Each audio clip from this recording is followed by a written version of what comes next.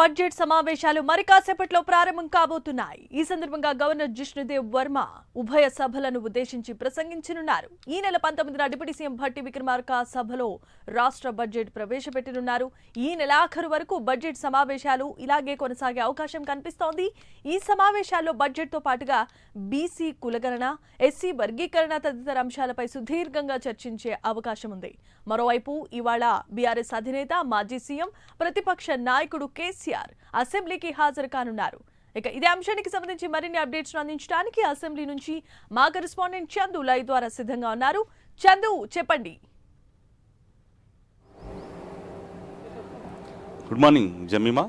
ఈ రోజు నుంచి తెలంగాణ అసెంబ్లీ బడ్జెట్ సమావేశాలు ప్రారంభం కాబోతున్నాయి. ఈరోజు ఉదయం 11 గంటలకు గవర్నర్ ప్రసంగంతో సమావేశాలు మొదలవుతాయి. ముఖ్యంగా చూసినట్టయితే ఈసారి సమావేశాలు చాలా హాట్గా కొనసాగే అవకాశం కనిపిస్తోంది. ముఖ్యంగా అది ఏదైతే అభివృద్ధి సంక్షేమ కార్యక్రమాలను అసెంబ్లీ సాక్షిగా వివరించాలని ప్రభుత్వం భావిస్తుంటే, మరోవైపు ప్రభుత్వ వైఫల్యాలను ఎండగట్టాలని కూడా ఇటు విపక్షాలు సిద్ధమయ్యాయి. ముఖ్యంగా చూసినట్టయితే ఉభయ సభలను ఉద్దేశించి 11 గంటలకు గవర్నర్ ప్రసంగిస్తారు. ఆ తర్వాత సభ వాయిదా పడుతుంది. సభ వాయిదా అనంతరం బీఏసీ సమావేశం కూడా కొనసాగుతుంది. బీఏసీ సమావేశం ఎన్ని రోజులు సభను నిర్వహించాలనే దానిపైనే ప్రధానంగా చర్చిస్తారు. తేదీలను కూడా ఖరారు చేస్తారు. ఇక మరోవైపు రేపు గవర్నర్ ప్రసంగానికి ధన్యవాదాల తీర్మానం చర్చ ఉంటుంది.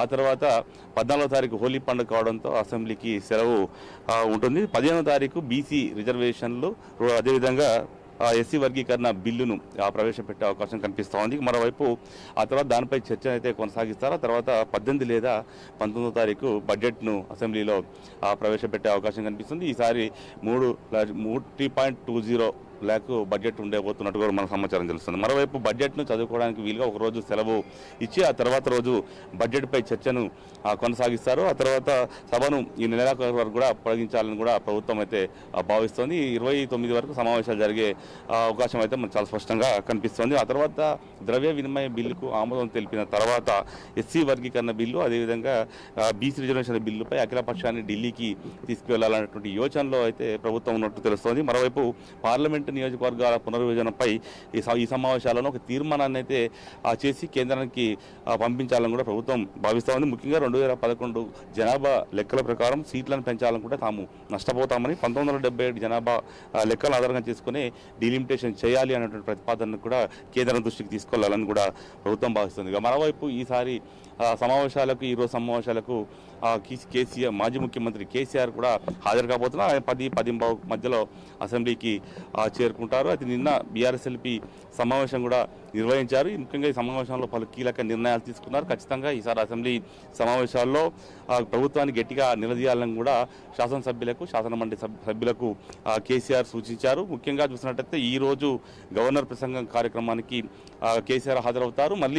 మళ్ళీ బడ్జెట్ ప్రవేశపెట్టే రోజు మళ్ళీ కేసీఆర్ హాజరవుతారని కూడా పార్టీ వర్గాలు అయితే చెప్తున్నాయి. మధ్యలో మాత్రం ఆయన రాకపోవచ్చు అనేటువంటి అభిప్రాయాన్ని కూడా పార్టీ వర్గాలు చెప్తున్నాయి. ముఖ్యంగా చూసినట్టయితే ఈసారి సమావేశాల్లో అది ప్రధాన ప్రతిపక్షం బీఆర్ఎస్, అదేవిధంగా కాంగ్రెస్ మధ్య మాత్రం చాలా వాదాలు చర్చ జరిగేటువంటి అవకాశం అయితే మనకు చాలా స్పష్టంగా కనిపిస్తూ ఉంది. ఎందుకంటే రాష్ట్రంలో చాలా ఇష్యూలు ఉన్నాయి. ముఖ్యంగా ప్రభుత్వం అయితే ఇప్పటివరకు 15 నెలల కాలంలో ఏం చేసిందనే దాన్ని చెప్పుకునే పనిలో ప్రభుత్వం అయితే ఉంది. కానీ ప్రధాన ప్రతిపక్షం మాత్రం అధికార పక్షాన్ని టార్గెట్ చేసే అవకాశం చాలా స్పష్టంగా కనిపిస్తూ ఉంది. ముఖ్యంగా చూసినట్టయితే రైతు బంధు, రైతు రుణమాఫీ ఈ 2 అంశాలపై అసెంబ్లీ సాక్షిగా అధికార పక్షాన్ని నిలదీయాలని కూడా భావిస్తూ ఉంది.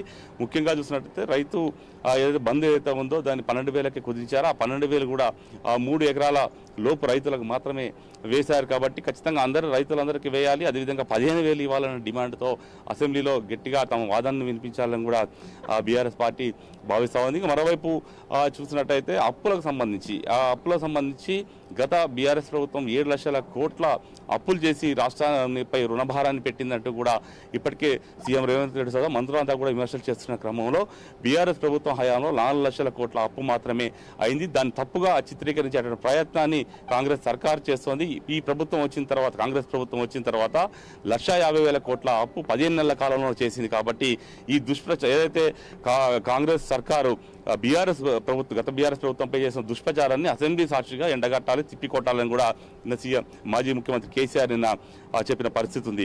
ఈ నేపథ్యంలో ఖచ్చితంగా మరోవైపు రాష్ట్రంలో ఎండలు మండుతున్న క్రమంలో చాలా చోట్ల పంటలు ఎండిపోతున్నాయి. ఈ పంటలకు సాగునీరు ఈ ప్రభుత్వం ఇవ్వడం లేదంటూ కూడా ఇప్పటికే బీఆర్ఎస్ పార్టీ తీవ్రమైనటువంటి ఆరోపణలు చేస్తున్న క్రమంలో ఖచ్చితంగా రైతుల పక్షాన అసెంబ్లీ సమావేశాల్లో గట్టిగా ఈ ప్రభుత్వాన్ని నిలదీయాలి, ఖచ్చితంగా సాగునీరు అందించే వరకు కూడా అసెంబ్లీ సాక్షిగా గట్టి పోరాటం అయితే చేయాలని కూడా అటు బీఆర్ఎస్ అధినేత కేసీఆర్ నిర్ణయించిన నేపథ్యంలో ఈసారి అసెంబ్లీ శాసనసభలో కావచ్చు, శాసన మండలిలో కావచ్చు చాలా వాదోపవాదాలు, చర్చలు చాలా తీవ్రస్థాయిలో జరిగేటువంటి అవకాశాలు అయితే చాలా స్పష్టంగా కనిపిస్తున్నాయి.